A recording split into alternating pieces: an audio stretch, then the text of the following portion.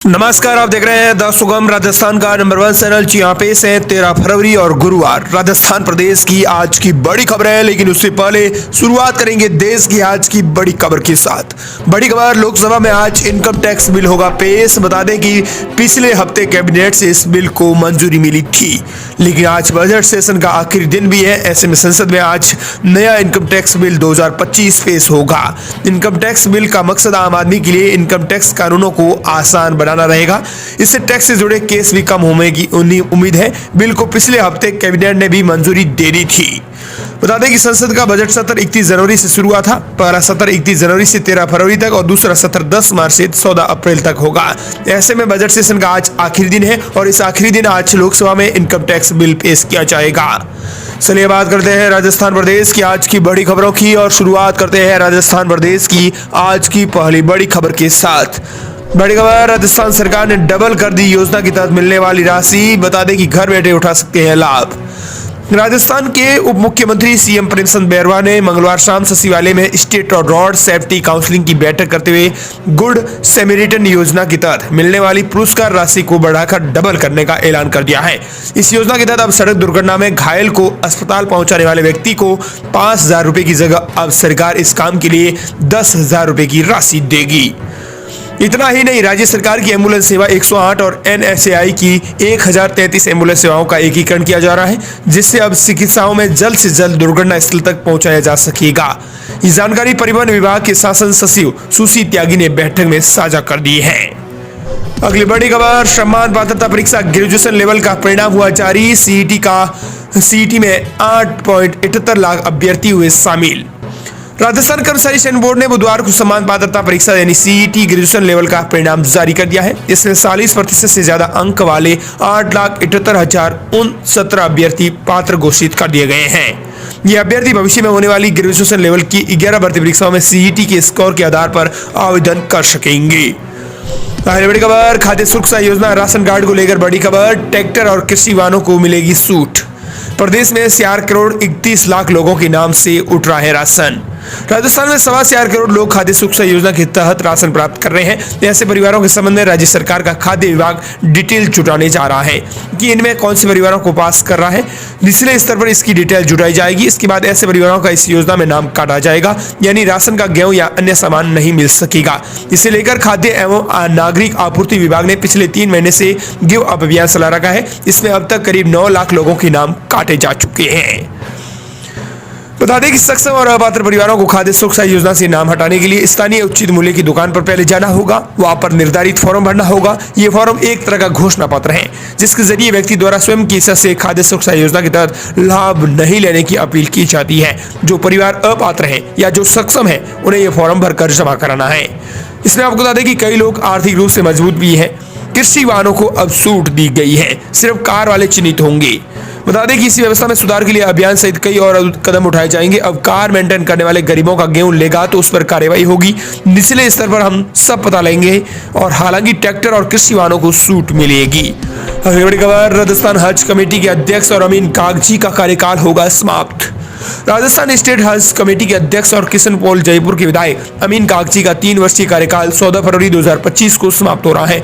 इससे पहले बुधवार को मीडिया से रूबरू होते हुए अमीन कागजी ने बताया कि उनको 15 फरवरी 2022 को सर्वसम्मति से अध्यक्ष चुना गया था। उनके कार्यकाल की प्रमुख उपलब्धियों में भी हज हाउस करबला जयपुर में ई सुविधा केंद्र की स्थापना शामिल की गई है। बता दें कि राजस्थान हज कमेटी के अध्यक्ष अमीन कागजी का कार्यकाल जल्दी समाप्त होने वाला है। अगली बड़ी खबर, अब अपडेट, जयपुर में स्टैंड करने वाली गाड़ियां की गई सीज। WTP से आसपास गाड़ियां घुमाकर लड़कियों को परेशान करते थे लड़के। किराए पर स्कॉर्पियो और थार लेकर आते हैं। जयपुर में आपको बता दें कि WTP और इसके आसपास इलाकों में गाड़ियों से स्टैंड करने वालों की कारें सीज कर दी गई है। इसमें जयपुर पुलिस ने ब्लैक फिल्म लगी से थार है, 2 स्कॉर्पियो और 2 मॉडिफाइड बाइक जब्त की है। DCP तेजस्विनी गौतम ने बताया कि सोशल मीडिया पर काली थार और स्कॉर्पियो से स्टैंडबाजी करके रील शेयर करने वाले उत्पातियों के खिलाफ एक्शन के आदेश थे। इस पर एडिशनल DCP इष्ट आसाराम चौधरी ने बता दें कि इसमें से थार, 2 स्कॉर्पियो और 4 मॉडिफाइड बाइक भी जब्त कर ली है। स्टैंड के नाम दूसरे लोगों की जान खतरे में डाल रहे हैं। दिन भर कैफे में लोग ही बैठे रहते हैं। अगली बड़ी खबर, नरेश मीणा की जमानत पर हुई सुनवाई पूरी। हाईकोर्ट ने निर्णय को लिया सुरक्षित। टोंक के समरावता में पिछले साल 13 नवंबर को हुई आगजनी तोड़फोड़ में आरोपी बनाए गए नरेश मीणा की जमानत पर सुनवाई बुधवार दोपहर 2 बजे हाईकोर्ट जयपुर में हुई। लगभग 2 घंटे तक न्यायाधीश प्रवीण भटनागर ने दोनों पक्षों को सुना। करीब 3 बजे सुनवाई पूरी हो गई। जमानत पर फैसला न्यायाधीश ने सुरक्षित रख लिया है। अगली बड़ी खबर, मंत्री किरोड़ीलाल मीणा बोले, मुझसे गलती हुई है, मैंने स्वीकारा, कार्रवाई क्या होगी सीएम खरा नहीं बता सकते। कैबिनेट मंत्री किरोड़ीलाल मीणा ने फोन टैपिंग के मामले पर तूल कसा है। उन्होंने कहा कि मुझसे गलती हुई है और नोटिस के जवाब में मैंने स्वीकारा है। मंत्री ने कहा कि अनुशासनहीनता पर कार्रवाई का अधिकार भाजपा प्रदेश अध्यक्ष को है। मंत्री साबर सिंह खरा और मुख्यमंत्री कार्रवाई के बारे में नहीं बता सकते। इससे पहले बुधवार सुबह कैबिनेट मंत्री ने पार्टी की नोटिस का जवाब ईमेल से दिया। इसमें मंत्री ने लिखा कि मुझे इनपुट मिला था कि मेरा फोन टेप हो रहा है। दरअसल किरोड़ीलाल मीणा ने अपनी सरकार पर फोन टेपिंग का आरोप लगाया था, जिसके बाद से सरकार और भाजपा विपक्ष के निशाने पर है। इस मुद्दे पर मुख्यमंत्री के जवाब को लेकर भी विधानसभा में हंगामा बरपा था। मेरा फोन टैप हो रहा है, इसका इनपुट मुझे मिला था। मैंने मीडिया में भी किसी बात को साझा नहीं किया है। मैंने सामाजिक कार्यक्रम में ये बात कही थी, वहां से ये बात लीक हो गई। मैंने हमेशा पार्टी के लिए काम किया है। मैं पार्टी का एक अनुशासित सिपाही रहा हूँ। अगली बड़ी खबर, महाकुंभ से आ रही है। महाकुंभ पूर्णिमा पर 2 करोड़ लोगों ने किया स्नान। सुनील शेट्टी बोले, मैंने गंगा नहा लिया, मुस्लिमों ने बरसाए फूल। महाकुंभ में माघ पूर्णिमा का स्नान जारी है। संगम से 15 किलोमीटर तक चारों तरफ श्रद्धालुओं की भीड़ है। शाम 6 बजे तक 2 करोड़ लोग स्नान कर चुके हैं। एक्टर सुनील शेट्टी ने भी संगम में डुबकी लगाई। उन्होंने कहा कि आज वाकई में मैंने गंगा नहा लिया है। इससे पहले श्रद्धालुओं पर हेलीकॉप्टर से 25 क्विंटल फूल बरसाए गए। महाकुंभ मेले में भीड़ जल्दी बाहर निकल जाए, इसलिए लेटे हनुमान मंदिर, अक्षय वट और डिजिटल महाकुंभ सेंटर को बंद रखा गया है। अगली बड़ी खबर, देवनानी बोले, गुलामी को के प्रतीक के नाम बदलेंगे। ये कहा, हमारे चुनावी मैनिफेस्टो में भी यही लिखा है, सनातन के आधार पर नामकरण होगा। अजमेर की 132 साल पुरानी फायसागर झील का नाम बुधवार को वरुण सागर झील कर दिया गया, लेकिन इस बात पर वासुदेव देवनानी ने कहा कि अभी गुलामी के प्रतीकों के नाम बदले जाएंगे। उन्होंने कहा कि हमारे चुनावी मैनिफेस्टो में भी यही लिखा हुआ है, सनातन के आधार पर नामकरण होगा। उसके बाद भी कई जगह गुलामी के प्रतीक बने हुए हैं। अजमेर में भी 2-3 गुलामी के प्रतीक है। इस बार के चुनाव के मैनिफेस्टो में भी लिखा गया है। इन मैनिफेस्टो के हिसाब से काम करना शुरू कर दिया गया है। अगर और कोई प्रतीक होगा तो उसका भी नाम भारतीय और सनातन के आधार पर नामकरण किया जाएगा। वहीं राजस्थान प्रदेश की अगली बड़ी खबर, 28 फरवरी तक होगी मूंगफली की खरीद। किसानों की मांग पर सरकार ने 13 दिन बढ़ाई अवधि। राज्य सरकार ने किसानों को राहत देते हुए मूंगफली की खरीद की समय सीमा को 13 दिन के लिए बढ़ा दिया है। सरकार अब मूंगफली की खरीद 28 फरवरी तक करेगी। सरकार अब तक 3.03 मीट्रिक टन से ज्यादा मूंगफली की खरीद कर चुकी है। अगली बड़ी खबर, अनफिट बाल वाहनों की जांच के लिए अभियान जारी। 4000 वाहनों की जांच करके 1365 खिलाफ की कार्रवाई। 9 गाड़ियां भी जब्त कर दी है। दरअसल Jaipur commissioner Biju George Joseph ने स्कूली बच्चों की सुरक्षा को ध्यान में रखते हुए बाल वाहनों की जांच के सभी थाना पुलिस को आदेश दिए हैं, जिस पर यातायात पुलिस की टीमें बनाकर जयपुर कमिश्नरेट क्षेत्र में अनफिट और यातायात नियमों का उल्लंघन करने वाली बाल वाहनों के खिलाफ अभियान चलाकर कार्रवाई की गई। यानी स्कूल के वाहनों पर कार्रवाई की जा रही है। इसमें अनफिट जो बाल वाहिनी पाई जा रही है, बसें पाई जा रही है, उन पर यह कार्रवाई की जा रही है। उनके लिए जांच अभियान जारी है। इसमें 4000 वाहनों की जांच की गई, जिसमें 1365 वाहनों के खिलाफ कार्रवाई की गई है। अगली बड़ी खबर, पूर्व मुख्यमंत्री सचिन पायलट बोले, फोन टैपिंग हो अब हो या पहले, उसकी जांच होनी चाहिए। हर गलती सजा मांगती है। किरोड़ीलाल मीणा के पास सबूत है तो खुलासा करना चाहिए। कृषि मंत्री किरोड़ीलाल मीणा के फोन टैपिंग आरोप और कांग्रेस राज के दौरान फोन टैपिंग मामले पर सचिन पायलट ने तूल कचा है। उन्होंने कहा कि फोन टैपिंग बहुत गंभीर अपराध है, वो चाहे पहले हुआ हो या अब हुआ हो, उसकी जांच होनी चाहिए। जो भी नेता, अफसर, पुलिस अफसर दोषी हो, उनका सच सामने आना चाहिए। हर गलती सजा मांगती है और गलती करेगा तो सजा मिलनी चाहिए।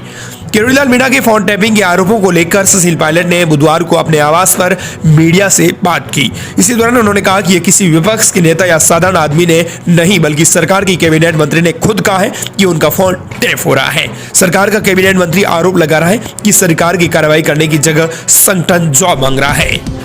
अगली बड़ी खबर, अब राजस्थान में प्राइवेट पुलिस सुरक्षा की दरें बढ़ाई गई। बता दें कि राजस्थान में अब प्राइवेट पुलिस की बढ़ेगी तनख्वाह। अगर आप अपनी सुरक्षा के लिए राजस्थान पुलिस को निजी तौर पर नियुक्त करना चाहते हैं तो 1 जनवरी से आपको ज्यादा भुगतान करना होगा। पुलिस विभाग की तरफ से हर साल प्राइवेट सुरक्षा के लिए दरों में 10% की वृद्धि की जाती है और इस बार ये वृद्धि चर्चा का विषय बन चुकी है, जिसका मामला अब सरकार तक पहुंच गया है। बता दें कि पुलिस विभाग द्वारा कांस्टेबल से लेकर अतिरिक्त पुलिस अधीक्षक यानी एएसपी रैंक तक के अधिकारियों के जरिए सुरक्षा उपलब्ध कराई जाती है, जिनकी दरें रैंक के हिसाब से निर्धारित की जाती है। अब इन दरों में बढ़ोतरी के आदेश जारी हो गए हैं। बता दें कि इन दरों में 1 जनवरी 2025 से इन दरों में 10% की वृद्धि की गई है, जिसके बाद इन दरों में और भी बढ़ोतरी हो गई है। बता दें कि अब नई दरें जो लागू हुई है उसमें पुलिस अधीक्षक रैंक के अधिकारी के 23,000 रुपये, उप अधीक्षक रैंक के अधिकारी के लिए 20,000 रुपये, सीआई रैंक के अधिकारी के लिए 17,000 और एएसआई रैंक के अधिकारी के लिए 14,000 और एएसआई रैंक के अधिकारी के लिए 13,000 रुपये प्रतिदिन चुकाने होंगे और हेड कांस्टेबल के लिए 10,000 तो कांस्टेबल के लिए 10,000 रुपये प्रतिदिन भुगतान करना होगा। अगली बड़ी खबर, राजस्थान में अंग्रेजों के जमाने की 133 साल पुरानी झील का नाम बदला गया। इंजीनियर फॉय की बनाई झील फॉय सागर अब वरुण सागर कहलाएगी। अजमेर शहर को एक ऐतिहासिक सौगात मिली है। विधानसभा अध्यक्ष वासुदेव देवनानी की पहल पर अजमेर की प्रसिद्ध फॉय सागर झील का नाम बदलकर अब वरुण सागर झील कर दिया गया है। अजमेर नगर निगम ने इस संबंध में आधिकारिक आदेश जारी कर दिए है। गौरतलब है कि यह झील करीब 133 वर्षों का समृद्ध इतिहास संजोई हुई है और इसका पर्यटन और धार्मिक दृष्टि से भी विशेष महत्व रखता है। विभिन्न समुदायों की ओर से यहाँ पूजा अर्चना की जाती है। वही सिंधी समाज यहाँ अपना प्रसिद्ध सालियो उत्सव भी मनाता है, लेकिन अब इस झील का नाम बदल दिया गया है। अगली बड़ी खबर, राजस्थान में संभवतः पहली बार किसी वकील पर 50,000 रुपए का लगा जुर्माना। राजस्थान हाईकोर्ट ने नागौर की मुंडवा पंचायत समिति के रोड ग्राम पंचायत से जुड़े संयुक्त 3 मामलों की सुनवाई प्राथमिकता सूची में शामिल हो सके, इसके लिए कोर्ट को गुमराह करने की कोशिश परिवादियों की वकील की हो भारी पड़ गई। दरअसल राजस्थान में संभवतः हाईकोर्ट ने पहली बार 50,000 रुपए का जुर्माना एक वकील पर लगाया है। अगली बड़ी खबर, वंदे भारत ट्रेन से कर रहे हैं सफर तो टिकट के साथ खाना नहीं किया है बुक तो चिंता न करें, अब रेल में भी नहीं रहेंगे भूखे। वंदे भारत ट्रेन में सफर करने वाले यात्रियों के लिए बड़ी राहत भरी खबर आ रही है। दरअसल वंदे भारत से यात्रा करने वाले यात्री अब सफर के दौरान भी खाने की सुविधा ले सकते हैं, भले ही उन्होंने टिकट बुकिंग के वक्त खाने का ऑप्शन न चुना हो। रेलवे बोर्ड ने हाल ही में इस संबंध में एक नया निर्देश जारी कर दिया है।